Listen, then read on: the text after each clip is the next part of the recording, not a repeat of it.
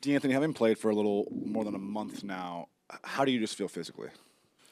Man, just to hear playing for over a month, I'm excited about. But I'm feeling well. Taking it game by game. I think adjusting to different teams, different coverages, and different players is just what I'm trying to get more acclimated with. Last night was your first 20-point game since December 27th of 2023. Yeah. But it was only your 25th game since then also, too. How do you wrap your mind around that? And one has been the mental stages of that, too, as far as the injuries and coming back and getting your footing now. Man, I mean, just to hear that kind of stuff is just crazy to even think about, honestly. But I'm just so blessed. I'm just so blessed just to be in this position I am today. You know what I mean? To have the team around me that I have, and just to be able to just to still lace them up is always important for me. So just taking, like I said, just keep taking it day by day, taking it game by game. I think before I was kind of, trying to sum up everything in my next game or my next play. So now I'm just kind of just trying to be more free about stuff and just kind of cut myself some grace too. D'Anthony, I guess, how do you play free, or how do you kind of get past that mindset that you had? Was there anything you did in particular? I mean, having conversations with people help. People kind of telling me that, give myself grace. I think I wanted it so bad, and I just wanted to be, productive and especially win games so bad that, I was kind of putting it all on me. And I think I had to, sit back and understand that, like I said, just it's a lot of adjusting that's happened. Sitting out 12 months, 13 months in the NBA and coming back to play isn't easy. And some of these guys and some of these teams I've been playing against in 2 years. So just got to, take it day by day. Can you share a little bit more of the mental side? Because that's an injury and a surgery that forces you to pause your career. Yeah. And you are back. You are an NBA player at a high level. You have to trust your body at this point. But that rehab where you can see how far you've come, but how far you still have yet to go, it's a mind trip. What was that like? Man, like you said, every day it was just like progress, and then the next thought is how much more I still have to do, like you said. So mentally, it was tough, especially after sitting the year before that pretty much with my back. So something catastrophic like this happened, and it kind of just put everything in perspective. And I had a lot of time to think, and I had a lot of time to be by myself. So it was good and it was bad at the same time with certain situations. But ultimately, it was just about pushing through. Seeing the light at the end of the tunnel and understanding that, eventually you're going to be okay. And, I had one of the best doctors in the country, work on my knee. And then, him telling me, like, it was one of his best, surgeries and everything like that. That definitely put a little shining light on my situation, too, because, nobody wants to have to go back in for something else or have to go back for something else. So, I think I had a great team around me, Elite Ortho Sport, the rehab facility I got sent to. They did an amazing job for me, just keeping me right, keeping me ahead, and then getting back here, the confidence I have in them, I knew they could get me back to where I needed to be. And, they've had guys deal with stuff like this and, played at a high level still. So I just wanted to be one of those. After surgery, did you get the little handicap pass for your car? No, really. Like, did you see, like, accessibility stuff? Did you kind of see that? Nah, where I get that at though? Oh. Where I get it at? I need one. No, you can't get it now. I can't get it no more? No, but right after surgery. Well.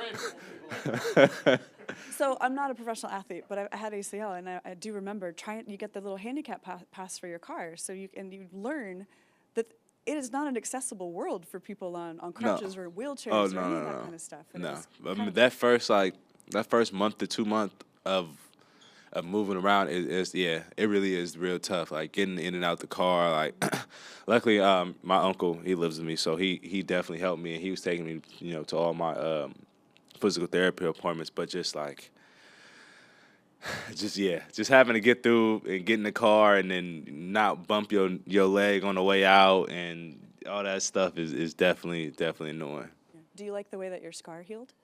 I do. Everyone tells me it's a good looking scar, so I'll take it. Another scar on my body, why not? Anthony, what's the biggest difference between learning how to play within this system and playing in any other system around the league? I think just with any team, you got to adjust to your star players. I think sometimes people get wrapped up in worrying about other things and everything like that. But at the end of the day, these dudes make these type of money to do certain things in this league, and they're very good and very elite at it. So the superstars we have on this team, they're just so selfless. They're willing to give up that open shot. I mean, Jimmy had a pretty easy layup, and he still he kicked it out to me for a three, and his head, sometimes I may need that open shot. Then he's made a whole bunch of layups all his career. So him seeing me have one go through the basket, I think is very important. And that type of stuff is just what they do. Always making an extra pass, always making sure other guys are feeling good and understanding that as a team, when everybody else is feeling good, then they're going to be feeling good. So they're always going to get their numbers, they're always going to get theirs. But when other guys are rolling too, we're a dominant team out there. To a lot of what you just said, why do you think you have fit in so well here? I mean, I fit anywhere, honestly. I feel like I can adjust to however anybody plays. Kind of like going back to what I was saying, like understanding what your team needs are, what your team superstars kind of adjust to.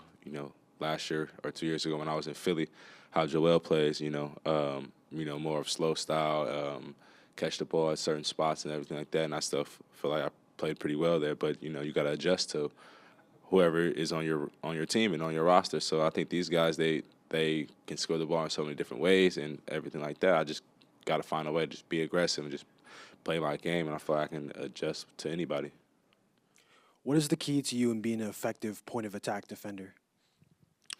Learning dudes' tendencies, understanding who I'm going against, my matchup, seeing what they like to do, how they like to get their shots, and just, nagging at the ball. A lot of dudes in this league, they're very good at what they do, but, some of these dudes in this league, they can't really dribble all that well. So being a constant pest sometimes is where it's at, and, not getting blown by, but at the same time heating up the ball and making somebody do something they don't really like to do or breaking the offense, it's type of stuff that, is beneficial for our team. Just to follow on that, how do you feel defensively right now?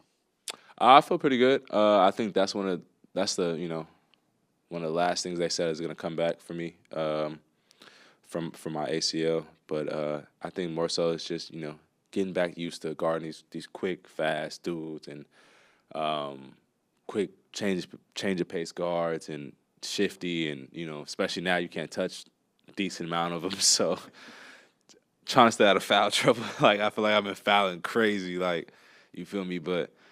Just staying disciplined. I think that's the biggest thing. Staying disciplined and effort. Defense is a lot of just having effort. Like, you know what I mean? Wanting to do it and wanting to be out there and wanting to stay in between your man in the basket. And, you just got to just want to do it. And during your time off, either with your back or with the ACL, did you find any outlets or hobbies that really did help you mentally? Obviously, you were locked in on basketball but it's good to have that outlet as well. I would say, I played a lot of video games. I love playing the game. I still play the game. You know what I mean? I watched a lot of shows. Like, I ran through a decent amount of Netflix shows, Prime shows, HBO Max shows. I'm watching The Sopranos right now. And then reading. I read a decent amount, too, which was good. Got to read The Power Now, 48 Laws of Power. But, yeah. I think those type of things was major for me. And sleep, I got to sleep a lot, so that was also good too. Hello, Melton. From your time working with Stephen Curry, did you notice any qualities that the great shooter needs to have? Man, discipline and the regiment. Steph does the same thing almost every time he steps on a court. You know what I mean? He has a purpose. I think that's the biggest thing. Having a purpose and being confident. He has such a good thing where he just, he misses a shot, he just kind of wipes it, and he adjusts and he moves on. So I think that's something that a lot of people can have as a shooter, just having that, keen ability just to, understand how you missed and just move on to the next shot and just have the ultimate next confidence in your next shot. And talking about playing the different basketball system, when you play in the Warriors this season, did you feel like the flow and the rhythm or the both moving is quite maybe a little different with when you play with the different team? Oh, most definitely. I mean, the shots and the passes you get on this team is a lot different from you get on other teams, honestly, because it's just the randomness of the team, you know what I mean, and the randomness of the, sometimes the offense. And that's the beauty of it. You can catch a lot of teams off guard with it, just the way you pass, cut, move, and just, being a threat. So other teams, you kind of, have a script or more so. But on this team, it's just, pass, move, cut, screen away, screen, find the open guy and just keep the ball moving. But what make this different? A lot of teams don't move like that. Like, I don't know. Like, yeah, a lot of teams, they just don't move as much. You know what I mean? They have set plays that they kind of get into, and they have set schemes that they kind of shelter their team to. But on this team, it's just, we have a guy that likes to, run around and move around more and not be in one specific spot. And then you got another dude with Draymond who's, if you're open, he's going to pass it. And, if he sees it open, he's going to try it. And nothing is set in stone. And then you got Steph and Dre. They have their own plays that they kind of run in between games, and people don't even notice, but they think it's a set. And then Jimmy's just so, strategic on how he wants to attack and, the game and how he sees it. And it's just, high-level IQ players all around that, you can't script everything. You can't be like, okay, you go here, you have to do this. And sometimes it just happens differently. And sometimes, dudes want you to think on the fly. And I think that's what this team does. It just helps you think on the fly and understand what needs to be done just to put the ball in the basket or get the win. Anthony, you kind of just touched on this, but earlier you said how a team plays is linked so much to its stars, right? And Joel and Philly and Steph seems particularly unique in the way he plays, and you kind of just referenced it. But how would you describe not just playing with Steph, but being his backcourt partner, which, you started with him for a while last year, you're closing with him now. What's that like, and how unique to every other basketball player on the planet is that?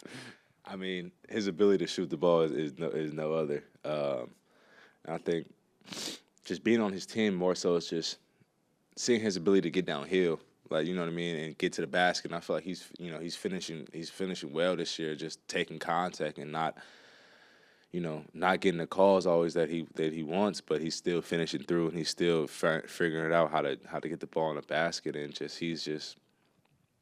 his ability just to keep playing. Keep the music singing, run around, screen, catch, double, come out. He throws right over the top, throws it right away. Pin away. If he doesn't feel like it's right there, he'll tell you just to go, flash or do this or do that. And it's just so quick, and it's just so on a move type of feels. And you can see the defense just get frustrated with some of the stuff he does, because you can see three people jump out on a pin down on him that, like, now you're wide open getting layups. So I don't think not too many people on any other team has that ability to can shift the whole defense just by coming off a pin down without even having a ball. So that type of stuff you got to just take advantage of and just be aggressive with. And do you recall, I mean, for so many years he had the same backcourt partner in Clay. Yeah. And it seemed like such a good fit, size-wise. Clay was obviously very good defensively to take some pressure off Steph. What do you recall watching them play together, and did you ever think, hey, I could be a good fit with Steph? I mean, I don't think I ever thought that, them two wouldn't be on the court together, honestly. So now to see it now, just you got to learn from stuff like that. Learn from, how well they played together, what made Steph great, what made Clay great, and try to implement that into your game. I think, my jump shooting ability is well, and is just getting better too.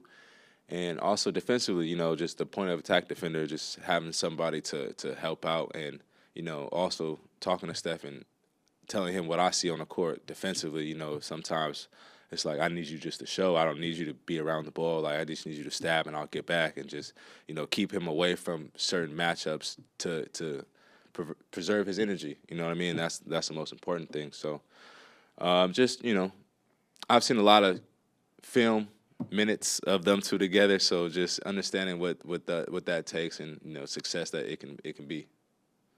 Post-game, Steve got a question about whether he would consider putting you in the starting lineup, and he pumped the brakes on it, saying, well, he hasn't even played 30 minutes a game. Yeah. There's still that ramp up. But should you reach that point where Rick Celebrini says, yeah, he can go, is being a starter something that you would hope for?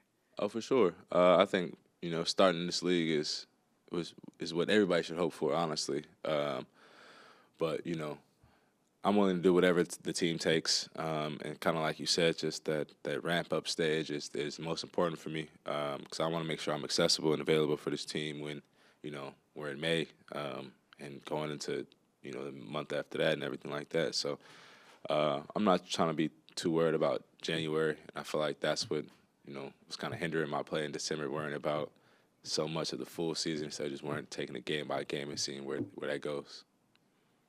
Cool.